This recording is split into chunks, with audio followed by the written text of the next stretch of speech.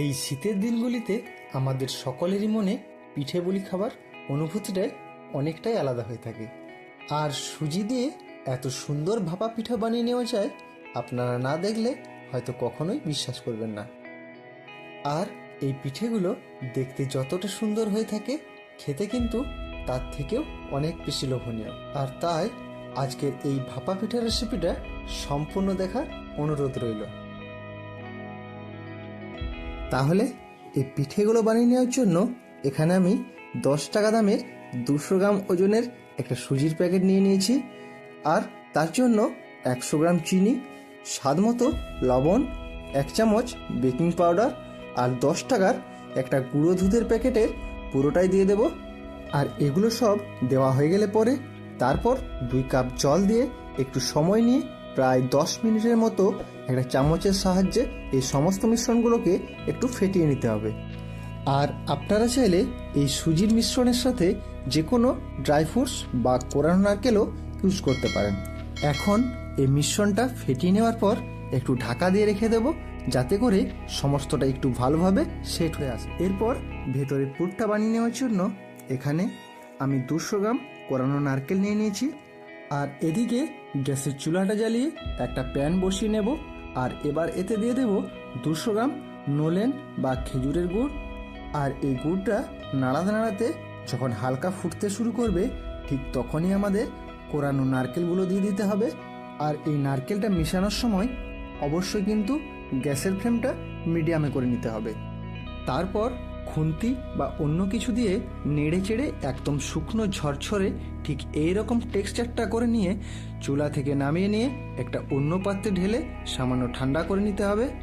এখন আবার চুলাটা জ্বালিয়ে একটা পাত্রে 1 থেকে 1.5 লিটারের মতো জল নিয়ে নিয়েছি। আর গ্যাসের আঁচটা হাই করে নিয়েই একটু ঢেকে নেব, যাতে করে জলটা ভালোভাবে গরম হয়ে যেতে পারে। আর এদিকে পিঠেগুলো বানিয়ে নেওয়ার জন্য আমি 3টে স্টিলের গ্লাস নিয়ে নিয়েছি।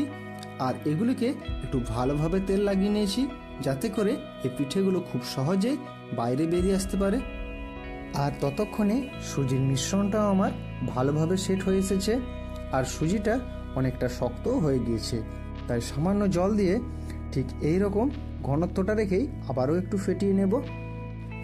এবার গ্লাসগুলোতে ভরে নেওয়ার জন্য একটা ডাবুতে করে গ্লাসের অর্ধেকটা পরিমাণ সুজির মিশ্রণটা দিয়েই কিন্তু সমস্ত গ্লাসগুলোতে ভরে নিতে হবে, কেননা পিঠেগুলো হওয়ার পর এগুলো অনেকটাই ফুলে উঠবে। আর এদিকে নারকেলের পুরটা ঠান্ডা হয়ে গেলে পরে হাতে সামান্য তেল লাগিয়ে, যেহেতু আমি 3টে গ্লাস বানাচ্ছি, এক্ষেত্রে 3 ভাগের 1 ভাগ নারকেলের পুরটা নিয়ে হাতে করে একটু লম্বাটে গোল করেই পাকিয়ে নিতে হবে। এবার সমস্তগুলো পাকিয়ে নেওয়া হয়ে গেলে পরে একটা টুকরো নিয়ে গ্লাসের একেবারে মধ্যিখানে আস্তে আস্তে করে ভিতরে ঢুকিয়ে নিতে হবে।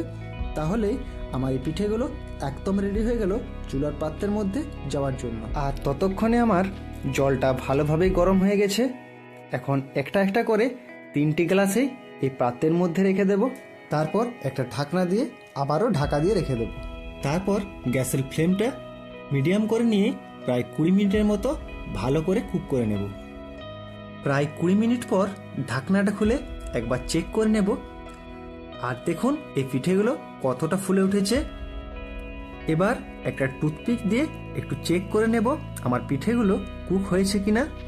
দেখুন টুথপিকের গায়ে জড়িয়ে যাচ্ছে না, অতএব আমার এই পিঠেগুলো খুব ভালোভাবেই কুক হয়ে গেছে।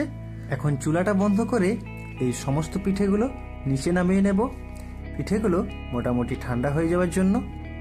আর গ্লাসগুলো ঠান্ডা হয়ে গেলে পরে একটা গ্লাস উল্টো করে একটু চাপ দিলেই এই গ্লাসগুলোতে তেল দেওয়ার কারণে পিঠেগুলো খুব ইজিলি বাইরে বেরিয়ে আসবে। তারপর একটা ছুরি দিয়ে গোল গোল করে কেটে নিলেই আপনার সুজির ভাপা পিঠেগুলো একেবারে তৈরি হয়ে যাবে। আমার এই সুজির ভাপা পিঠের রেসিপিটি আপনাদের যদি ভালো লেগে থাকে তাহলে অবশ্যই একটি লাইক করে দেবেন। আর আমার এই চ্যানেলে আপনি যদি প্রথম ভিজিট করে থাকেন তাহলে আমার এই চ্যানেলটি সাবস্ক্রাইব করার একান্ত অনুরোধ রইল। আর কমেন্ট বক্সে অবশ্যই লিখে জানান আপনার মূল্যবান মতামত।